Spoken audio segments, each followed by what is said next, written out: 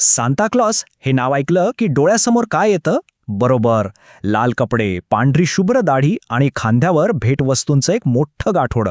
पण थांबा, या आपल्या सगळ्यांच्या लाडक्या सांताची खरी गोष्ट आहे ना, ती उत्तर ध्रुवावरच्या बर्फात नाही, तर चक्क इतिहासाच्या पानांमध्ये दडलेली आहे. हो, अगदी खरं. तर मग प्रश्न हाच आहे की आज आपण ज्या सांताक्लॉजला ओळखतो आणि ज्याच्या नावाने ही सगळी गोष्ट सुरू झाली, ती खरी व्यक्ती यांच्यात खरंच काही साम्य आहे का, की फरकच जास्त आहे? चला तर मग हा सगळा प्रवास कसा झाला तेच आज आपण जाणून घेऊया. आजचा सांता, तो तर आपल्याला सगळ्यांनाच माहिती आहे. एकदम आनंदी हसतमुख चेहरा, राहणार कुठे तर उत्तर ध्रुवावर, येणार कशातून तर रेनडिअरनी ओढलेल्या गाडीतून, आणि भेटवस्तू कोणाला देणार तर फक्त चांगल्या मुलांना. ही जी इमेज आहे ना, ती आपल्या मनात इतकी पक्की बसली आहे की या पलीकडे काही असेल असा विचारसुद्धा करणं आपल्याला कठीण वाटतं. पण कथेची खरी सुरुवात उत्तर ध्रुवावर होतच नाही. ती होते हजारो वर्षांपूर्वी, आजच्या तुर्कस्तानमध्ये. हो, या जादुई दिसणाऱ्या प्रतिमेमागे एक खरी व्यक्ती होती. एक संत ज्याच्या दयाळूपणामुळे अक्षरशः इतिहासाला एक वेगळीच दिशा मिळाली.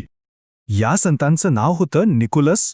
त्यांचा जन्म साधारणपणे इसवी सन 270च्या आसपास पातारा नावाच्या शहरात झाला. आणि गंमत म्हणजे अगदी तरुण वयातच ते मायरा शहराचे बिशप बनले.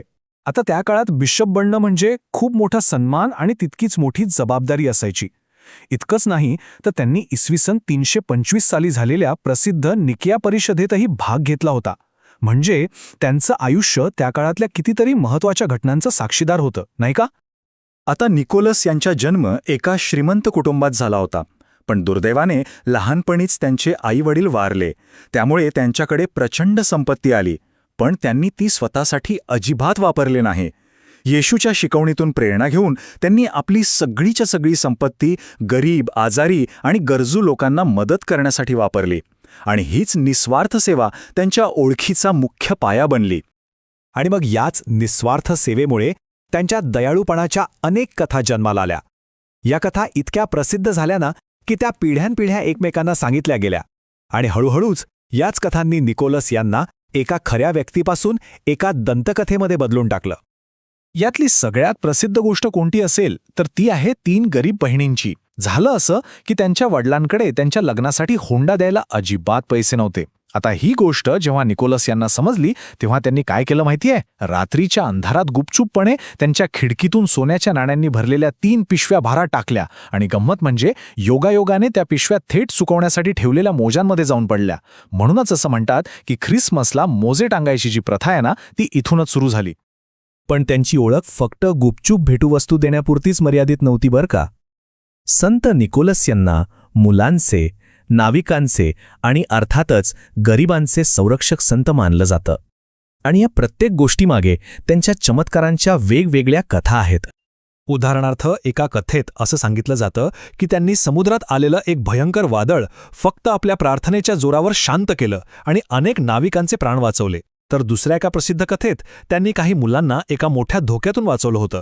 याच आणि अशा अनेक कथांमुळे त्यांची कीर्ती सगळीकडे पसरली आणि लोक त्यांना एक रक्षणकर्ता म्हणून ओळखू लागले. तर मग मूळ प्रश्न हा आहे की 4थ्या शतकातल्या या दयाळू संताचं रूपांतर आजच्या या जादुई लाल कपडे घालणाऱ्या सांताक्लॉजमध्ये झालं तरी कसं? हा प्रवास काही एका दिवसात झालेला नाहीये. हा शतकानुशतकांचा प्रवास आहे, जो वेगवेगळ्या संस्कृती आणि कल्पनांमधून घडत गेला.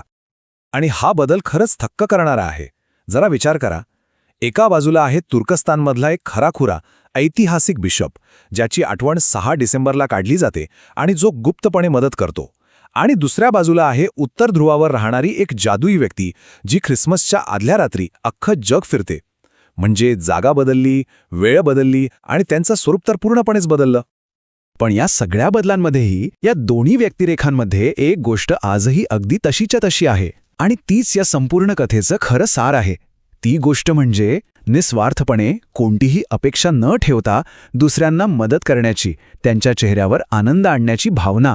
कदाचित स्वरूप बदललं असेल, पण तो जो दयाळूपणाचा आत्मा आहे ना, तो आजही जिवंत आहे. तर कसं एका खऱ्या ऐतिहासिक व्यक्तीची गोष्ट पिढ्यानपिढ्या एका जादुई परिकथेत बदलते, हे पाहणं खरंच अविश्वसनीय आहे, नाही का? पण मग जाता जाता एक विचार करण्यासारखा प्रश्न नक्कीच उरतो की काळानुसार कथा का बदलतात? आणि इतके बदल होऊन सुद्धा त्या कथेचं जे मूळ सार आहे ते जपण्याची प्रेरणा आपल्याला कुठून मिळत असेल?